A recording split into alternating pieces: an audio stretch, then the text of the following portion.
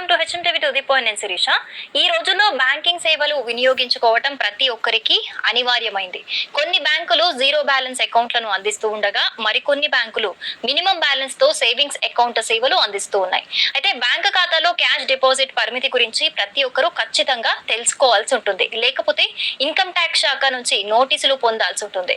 Penalty కూడా కట్టాల్సిన పరిస్థితి అయితే వస్తుంది. సాధారణంగా సేవింగ్స్ అకౌంట్ లో ఆర్థిక సంవత్సరానికి అంటే ఏప్రిల్ నుంచి మార్చ్ ఆర్థిక సంవత్సరానికి క్యాష్ డిపాజిట్ పరిమితి 10 లక్షలు. ఒకవేళ 10 లక్షలకు మించి లావాదేవీలు జరిపితే బ్యాంకులు వెంటనే ఆదాయపు పన్ను శాఖకు సమాచారాన్ని అందిస్తాయి. అప్పుడు ఐటీ శాఖ మీకు నోటీసులు జారీ చేసే అవకాశం ఉంటుంది. 10 లక్షలకు మించిన డిపాజిట్లకు డబ్బు ఎక్కడి నుంచి వచ్చిందని ఆధారాలు కూడా అడుగుతుంది. కరెంటు ఖాతాలకైతే ఆర్థిక సంవత్సరానికి 50 లక్షల వరకు పరిమితి ఉంటుంది. ఆదాయ పన్ను చట్టం 1962 సెక్షన్ 114B ప్రకారం ప్రతి బ్యాంకు 10 లక్షలకు మించి లావాదేవీలు జరిగిన ఖాతాల వివరాలను ఐటీ శాఖకు అందించాల్సి ఉంటుంది. ఖాతాదారునికి ఎన్ని బ్యాంక్ అకౌంట్లు ఉంటే అన్నిట్లో కలిపి ఆర్థిక సంవత్సరానికి 10 లక్షల వరకే డిపాజిట్ పరిమితి ఉంటుంది. మరి రోజుకు ఎంత డిపాజిట్ చేయొచ్చు?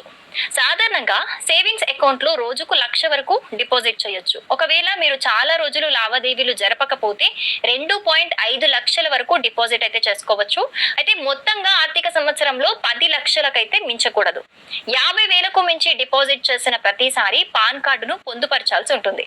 10 లక్షలు మించి మీరు క్యాష్ డిపాజిట్ చేస్తే ఆదాయ పన్ను శాఖకు ఆధారాలు అయితే సమర్పించాలి. లేదంటే 60% ట్యాక్స్ తో పాటు 25% సర్చార్జ్, 4% సెస్ ను పెనాల్టీగా చెల్లించాల్సి ఉంటుంది. అంటే 10 లక్షలకు మించి మీరు డిపాజిట్ చేసే డబ్బులో 89% పన్ను రూపంలో కోల్పోవాల్సి వస్తుంది.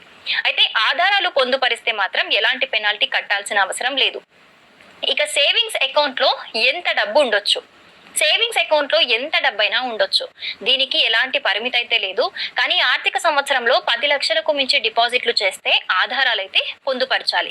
ఆదాయ పన్ను చట్టం సెక్షన్ 194N ప్రకారం ఒక ఆర్థిక సంవత్సరంలో కోటికి మించి నగదు విత్డ్రా చేస్తే 2% TDS అయితే వర్తిస్తుంది.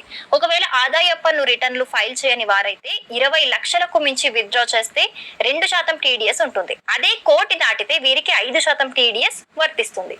For more interesting and useful videos, stay tuned to HM TV Digital.